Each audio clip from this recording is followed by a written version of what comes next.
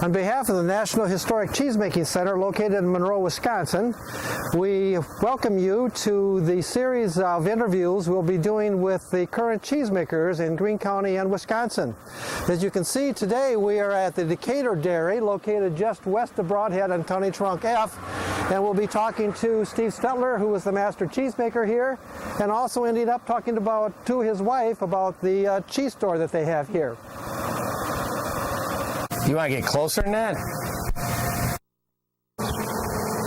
Hi, I'm Virgil Leopold. I'm a volunteer with the National Historic Cheesemaking Center, and standing next to me is Steve Stettler, the master cheesemaker here at Decatur Dairy.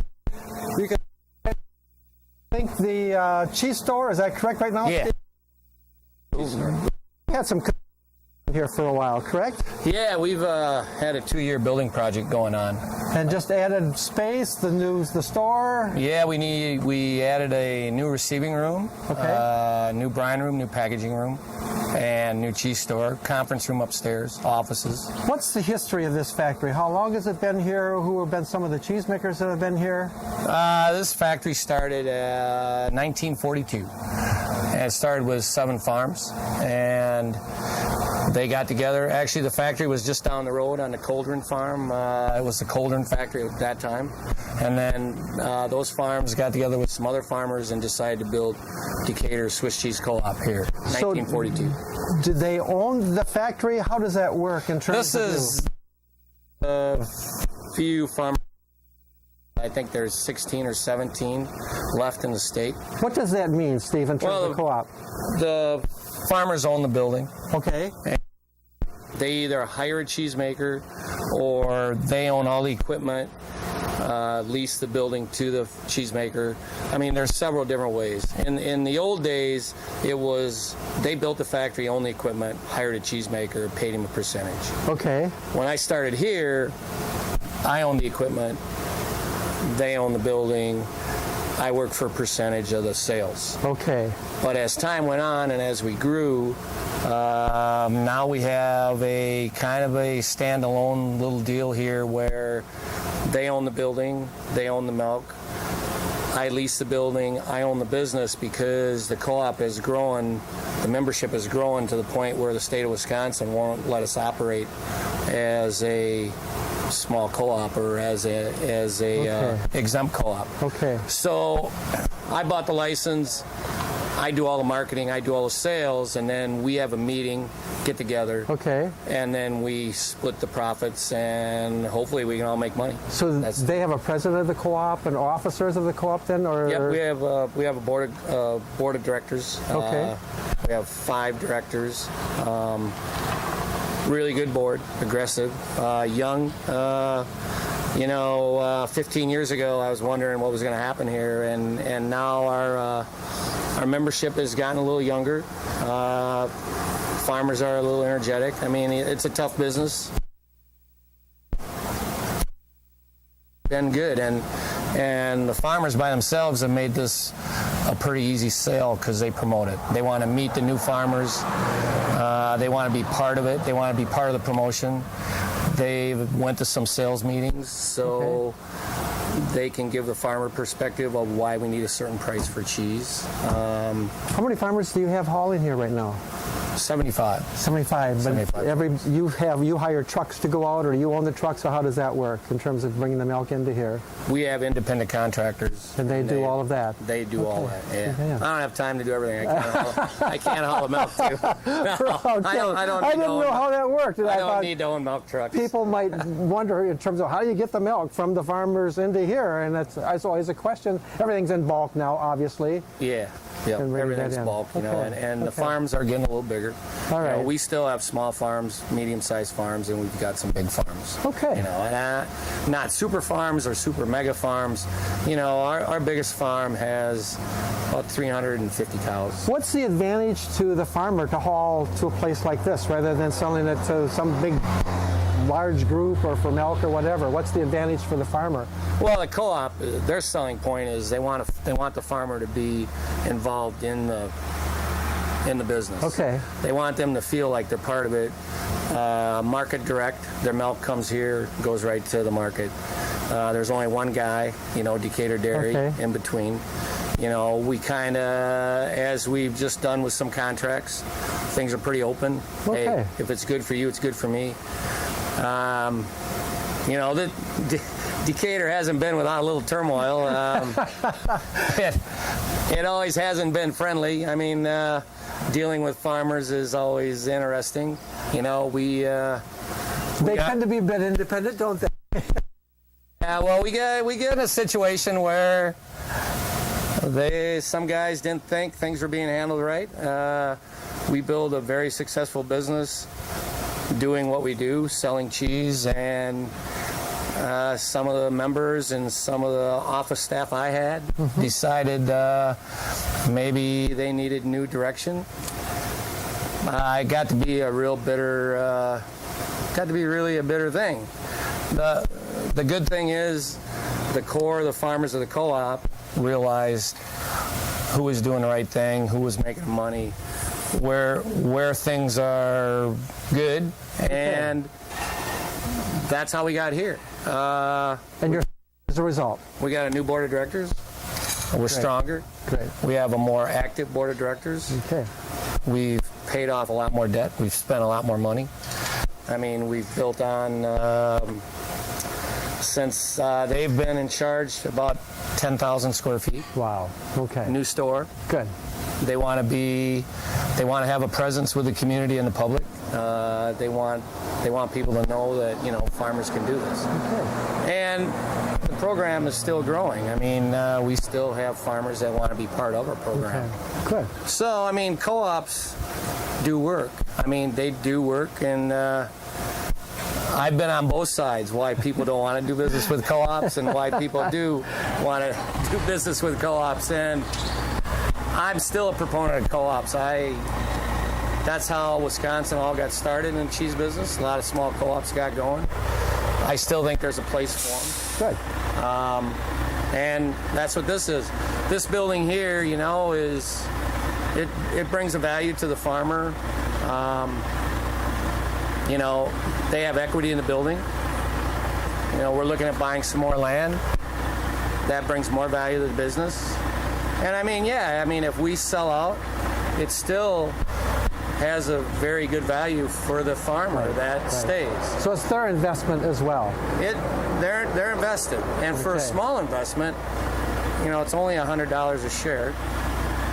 So if they stay with the co-op and say we decide to dissolve or sell, and we're looking at, you know, we have a pretty good share of Munster business, of Barty business.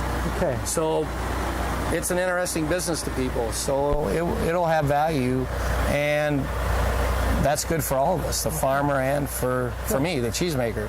Well, let's talk about that cheese and what you make. Can we go inside and take a look at that? Sure. And see where it is, and we'll go inside. Super. Yeah. Great.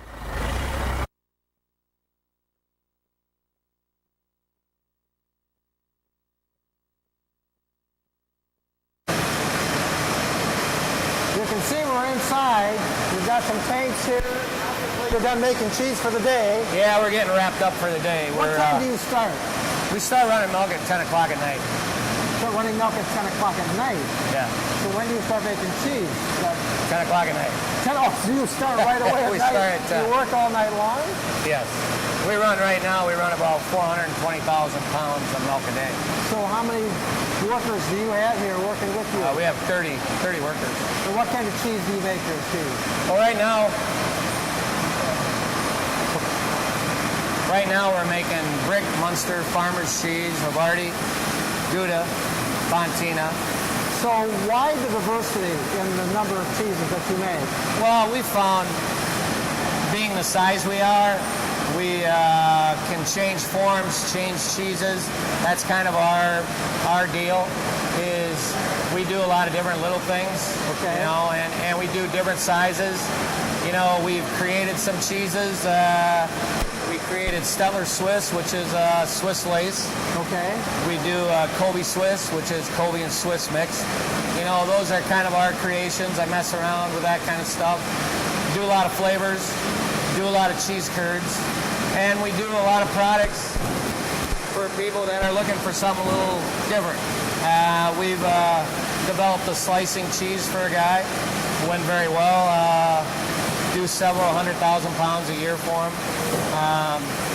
And that's what we do. We do kind of little different things that add up, give us a good return. So there must be a plan that you have in mind, because you can't just all of a sudden 10 o'clock at night decide, oh, we're making whatever the next day. Because you got to have starter, you got to rent it that you need. Right. Do you have a long-range plan? We do our sales, and we make the order. Okay. So we have several people that rely on us for products week to week. So we realize we have to do X number of pounds of cheese per week. Okay. So we schedule it in pretty much. We know on Monday pretty much what we have to get done for the week, and that's kind of how we do it. Got all set, so everybody knows that's exactly. What did you make today, for example? Well, today we made Havarti. We made 2 Havarti. We made smoked Gouda. Depends on where you're at. I was going to say. Gouda, Gouda. Depends. Right. In Europe, they yell at me for that. We're doing Havarti. We did some farmers. We did some vegetable farmers. And we did some pepper Munster. So, how many pounds of cheese do you feel you do in a year? well, we do about 40,000 pounds a day. And we run 6 days a week. So we do about 240,000 pounds a week. You know, I do tours of the museum in Monroe, and one of the questions that always is asked of me, is there a cheese that's easier or more difficult to make than others? Well, there depends. Okay. A Swiss maker will say that's the hardest cheese. All right. I've heard that. Swiss is a hard cheese to make. Colby can be a hard cheese to make. Okay. You know, there's a lot of cheeses, and now with all the specialty cheeses coming out, it depends, you know. And then to be good at the cheeses you make, that's another thing. Does it make any difference during the time of the year with the cattle out in pasture versus inside in the winter? Is there a certain difference in the milk? Oh, the milk will change. The milk will change spring to summer, Then summer to fall. How do you handle that? Well, you do your adjustments. Okay. Fat changes during the year. Protein changes during the year, you know, and you have to adjust with those. You have to adjust. One of the things that I hear too is cheese making is an art rather than a science. Obviously there's science involved in that because of the way it's made. But is it truly an art? Yeah, it is an art. And you happen to be a master cheesemaker. So how many areas do you hold as master cheesemaker? I got, catch me. I got 5 master cheesemakers. 5. I got Munster, Farmers, Havarti, and Brick. And then I got my last one in my specialty Swiss, Stettler Swiss. So I have 5 total. And what does that involve so people understand that? To be a master, you have to be certified cheesemaker for 10 years. Okay. You have to make that product for 5 years. Okay. And then you have to do a 3-year grading period. So it could take up to 13 years at max to be in the program. So you got to be licensed for 10 years. You have to make the product that you're going to be mastering in for at least 5 years. And then you have to do 3 years of grading. And who grades them? Who comes in to do that? Well, Wisconsin is the only state that has cheese graders and grade cheese, and have licensed graders. So we have a list of licensed graders in Wisconsin, and then UW-Madison has several cheese people. So between those graders and the university, you know, they grade the cheese. Okay. Wonderful. Let's go back into the cheese store and do some more interviews there. Yeah, sure. I have to cut this out. We are inside the cheese store now here at Decatur Dairy, and we have Mrs. Stettler with us. So obviously you're involved in the cheese making other than just keeping Steve out of trouble, right? Yep. Okay, which is a big job in itself from what I understand. Yes. But anyway, how long has the cheese store been here? This cheese store has only been here since October. Oh, really? Okay. Yes. Yep. We had a small cheese store in the front of the factory. Okay. That was just an intake area basically, and we just had a counter and coolers in there that we. And how long have you been involved in? Since 1982. Okay. So customers can come here. What are your hours for the customers to be able to come here? 9 to 5, Monday through Saturday. Okay, and they can just pop in. They don't no calls. They can just come Yep. in. Now you have quite a different variety of cheese as you look across over there. Yep. How do you price the kinds of cheese that are in here? We base it off the market price. Okay. And we put a little markup on it. We want to draw customers in, so we keep it cheap. Okay. And then we have, to our farmers, we give them a little bigger discount. Okay. What's the actual address here? So people want to be able to drive here. What's the easiest way to get to the store? You take Highway F, Okay. 3 miles out of Broadhead West, Okay. and we're on the right-hand side. Just easy to get to. And Yep. you have a telephone number if they wanted to Yep. call, just to double check? Yep, it'd be 608-897-8661. Okay. It does take a family to make a cheese factory go, correct? I mean, Yes.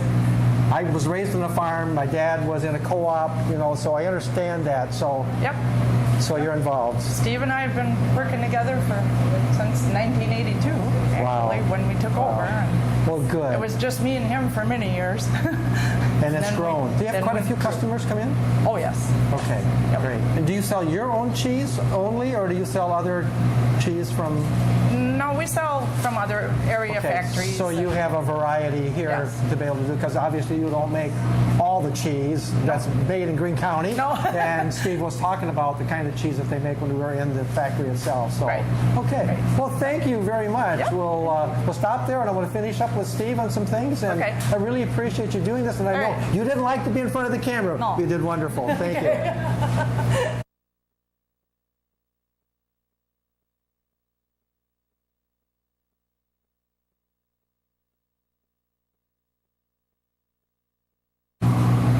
We're going to be back with Steve now, and we just had a visit with your wife about the cheese shop, and we've been in the factory, we've been outside, we talked about some history. What's the future of cheese making?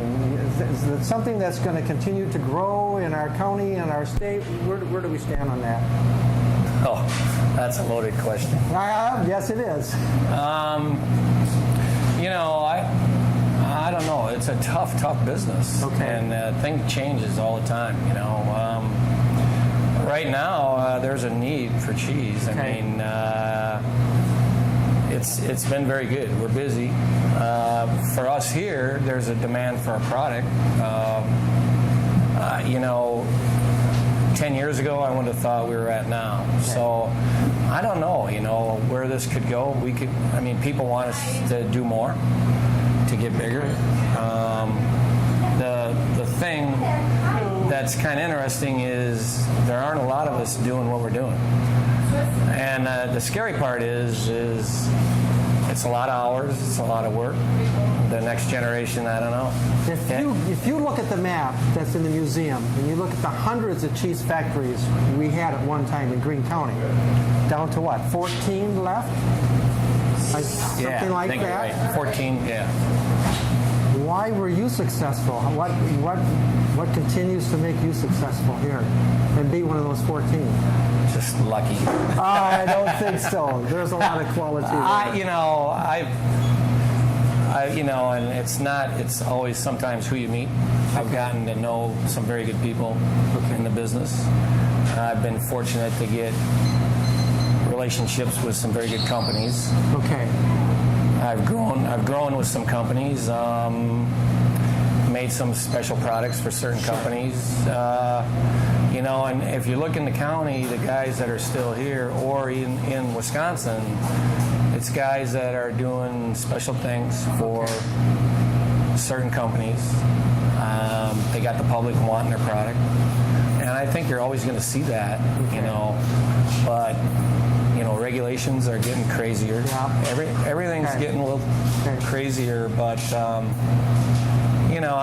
the guys that are here are doing a good job. And there seems to be a real positive relationship between the cheesemakers, really wanting to work together and making this a success for the county. Am I right on that from what I see? Well, we don't trade secrets. Everybody kind of does their own little thing. It's everybody finds where they fit in. Okay. And it works. Okay. I mean, we're all trying as an industry to work together because we have to, because alone we get crushed. So, you know, when you take the WCMA and you take some of the organizations, you know, you have to have that group togetherness. Number one, on regulations, on number two, a voice that has some power, and you know, we need each other. Yeah, to fight with each other would not be beneficial. And I know you're very involved with the National Historic Cheesemaking Center. Yes. Are you on the board, or are you by? Yes, I think I'm vice president. And we're going to be having this June, because today is Tuesday, May 22nd, 2012. We got a big day coming up June 9th. What's happening on June 9th? Well, June 9th we make cheese in the old cheese factory, and that was a great project. That was one of the things. That was a great project to find that old cheese factory and move it to Monroe and actually have an intact old working cheese factory in its original form. And we're going to try to do that a couple times a year? Well, once for sure. Once for sure. Okay. And I think twice if we can. Okay. Depends on what events we got going. You know, hand stirred, just the way they used to do it, hand dipped. Get everybody involved. Anybody shows up can stir in the kettle. And it's good cheese, because I had some the first time. And so far, every cheese we've made has turned out. Well, they have so much talent there. How can it not turn out? Right. You know? Yeah, okay. And everybody's got their hand in it, so it's got to be good. Right. You know? Well, Steve, thank you so much for allowing us to come in. We've got Don Thorne today, who's filming for us, so he's kind of quiet. He's kind of quiet. He doesn't say much, but we really appreciate everything you do, the success that you've had here, the work that you do at the National Historic Cheesemaking Center, and want to wish you the best for many, many years to come. So, I appreciate you, sir, very much. Yeah. Thank you.